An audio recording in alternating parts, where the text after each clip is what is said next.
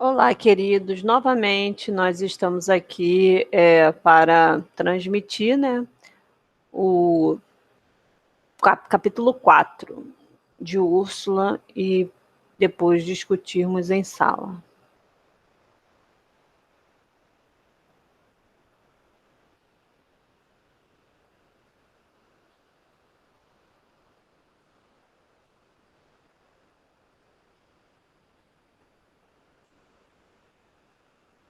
A primeira impressão. Lágrimas tinha ele na voz e no coração que lhe embargaram e o impediram de atar o fio da sua narração. Fez por último um esforço sobre si e começou.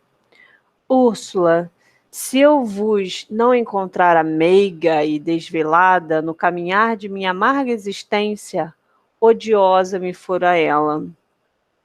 E a recordação do passado seria para mim um prolongado martírio. O segredo de minhas cores seria para sempre sepultado no mais fundo do meu coração. Mas eu vos amo, e o vosso amor dá-me forças para tamanho sacrifício. Ouvi-me, pois, e perdoai-me. Só apartei-me de minha mãe quando fui para São Paulo, cursar as aulas de direito, e 6 anos de saudade aí passei, tendo-a sempre em meus pensamentos, porque amava com uma ternura que só vós podeis compreender. Num dia recebi o grau de bacharel e noutro segui para minha terra natal. Então ele era muito apaixonado pela mãe e só ficou 6 anos para estudar. Afeição alguma, como me transbordava a alma de prazer. E eu vinha rever aquela que cercara de amor e cuidados a minha infância. Afeição alguma me pôde reter em São Paulo. Minha mãe, o lugar onde eu tive meu berço, meus amigos de infância, não os podia esquecer. Parti, pois, com prazer de uma terra onde tinha vivido longos anos de saudade e de pesares. E eu vi essa mulher que me dera a vida, essa mulher que era ídolo do meu coração, e lancei-me nos seus braços, chorando de alegria por tornar a vê-la. Mas ela estava desfeita, suas feições denunciavam um grande abatimento moral. Nunca tive felicidade a que se não viesse misturar sentimentos de angústia. Nunca fui completamente feliz. Sê-lo-eis ainda, disse-lhe a donzela, com indefinível ternura. Sim, agora o creio, respondeu ele com confiança. Vós, Úrsula, sois a mulher com quem sonhava minha alma em seu contínuo devanear. E junto de minha pobre mãe, continuou o cavaleiro, após breve silêncio. Eu vi uma mulher bela e sedutora, dessas que enlouquecem desde a primeira vista. No primeiro transporte de alegria, enquanto minha mãe chorava de satisfação, ela, com os olhos fitos em um bordado que tinha entre as mãos, parecia distraída, e eu revia-me na sua beleza tão pura como a estrela da manhã. Oh, minha doce Úrsula, eu amei essa encantadora donzela, e o meu amor foi puro, arrebatador, mas ela não o compreendeu. Meu filho, disse minha mãe, apresentando-me a formosa donzela, eis Adelaide, a minha querida Adelaide, é filha da minha prima, é órfã de pai e mãe. Recolhi-a e amo-a como se fora minha própria filha.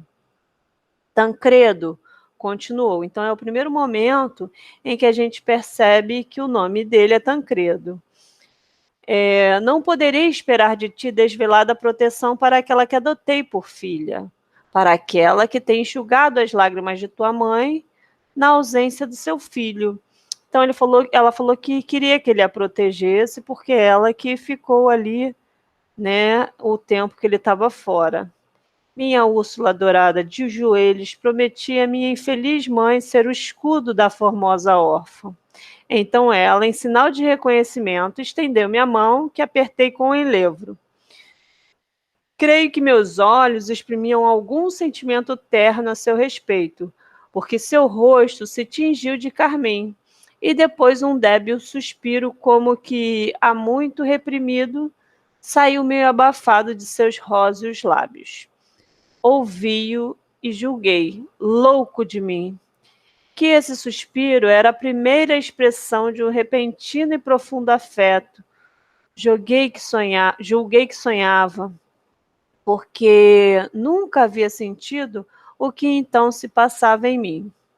Mais tarde veio meu pai felicitar-me, mostrava-se feliz e orgulhoso de seu filho e abraçou-me com transporte.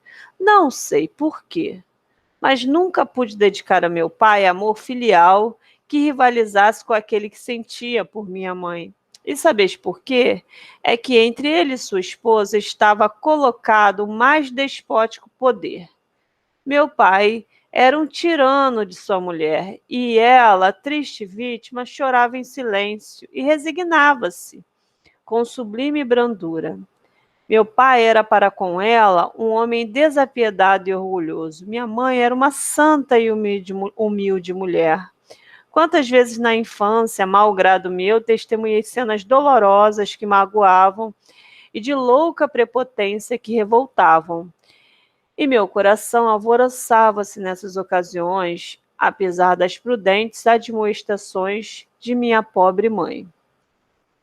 É que as lágrimas da infeliz e os desgostos que a minavam tocavam o fundo da minha alma.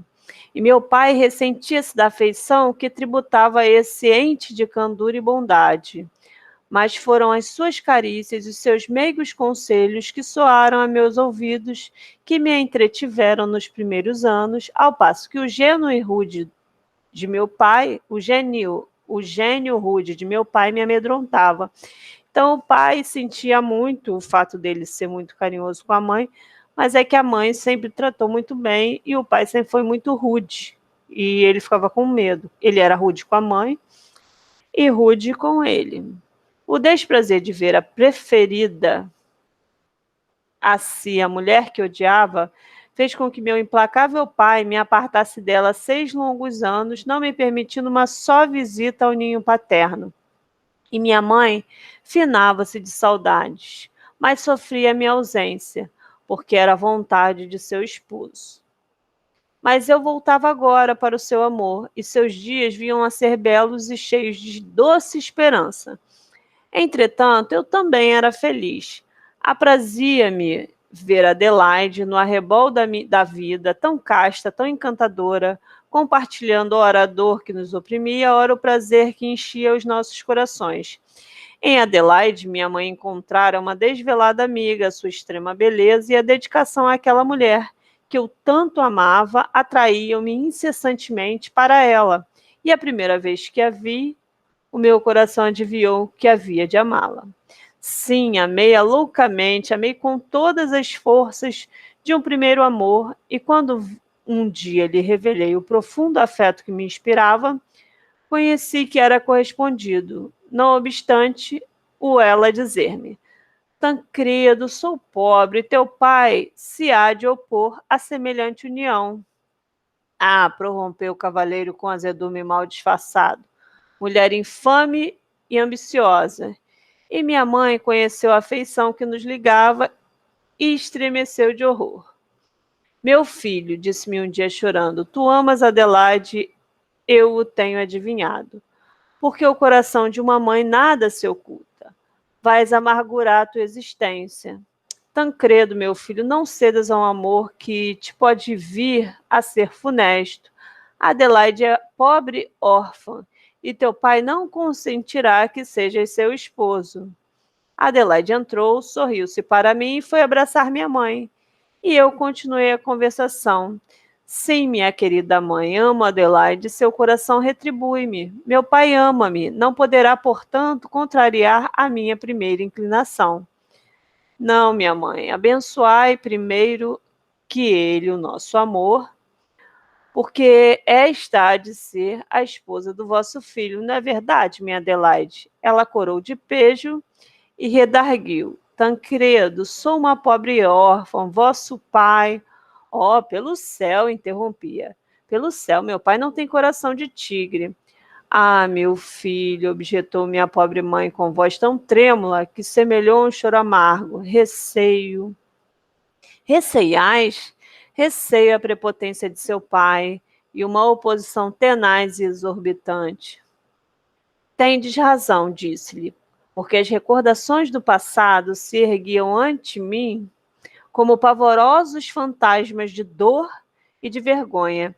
Creio, no entanto, que ele cederá a seu filho o único favor que lhe há pedido em toda a vida. Duvido, replicou, abanando tristemente a cabeça.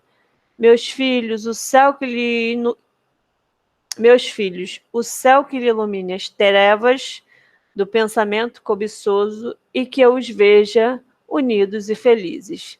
Sim, minha boa e terna mãe, lhe tornei com convicção a vez de ver-nos felizes e vós o sereis também.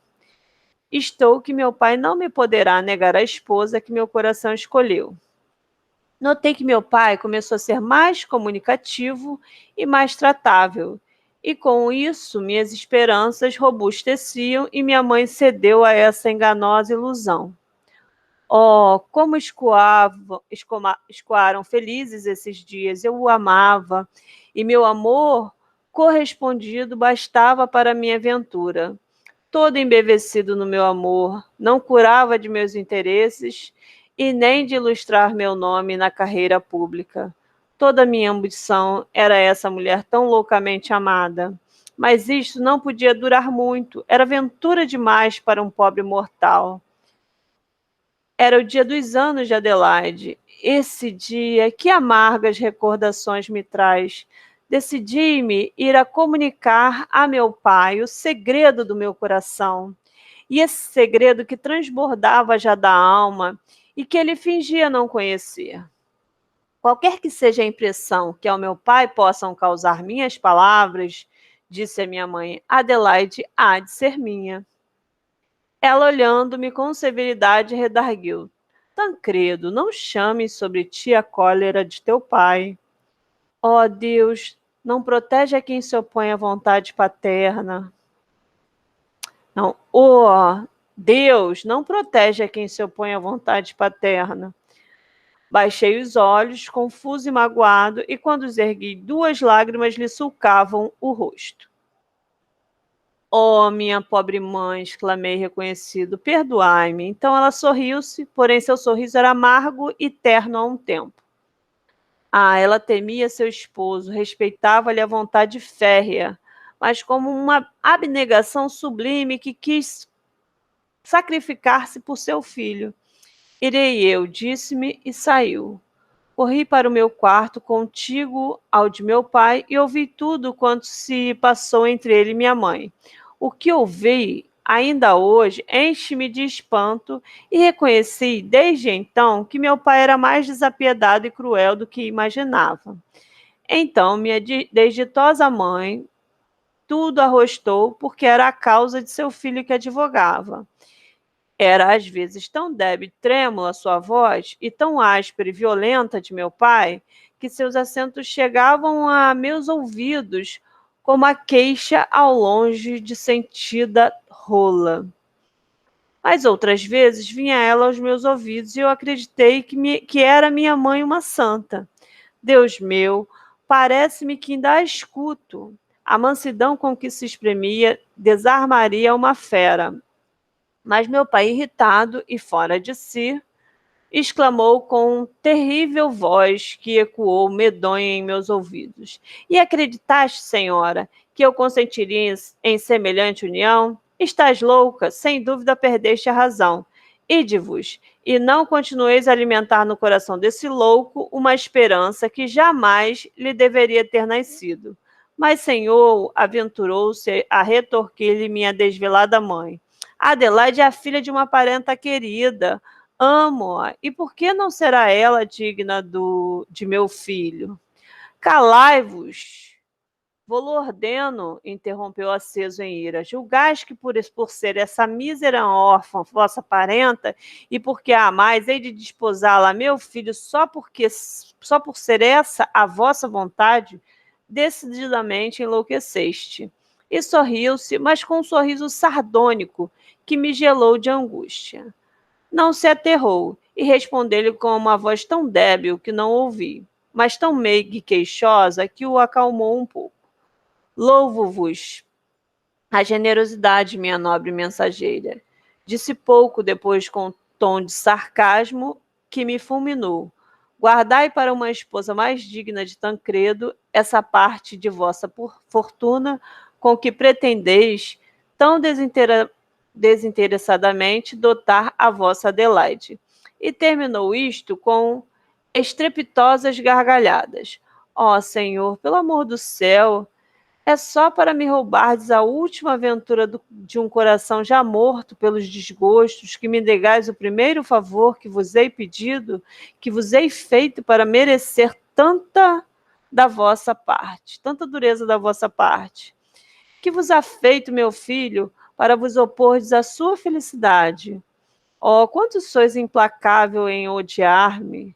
Sim, a lealdade e o amor de uma esposa que sempre vos acatou merece-vos tão prolongado, desabrido e maligno tratamento?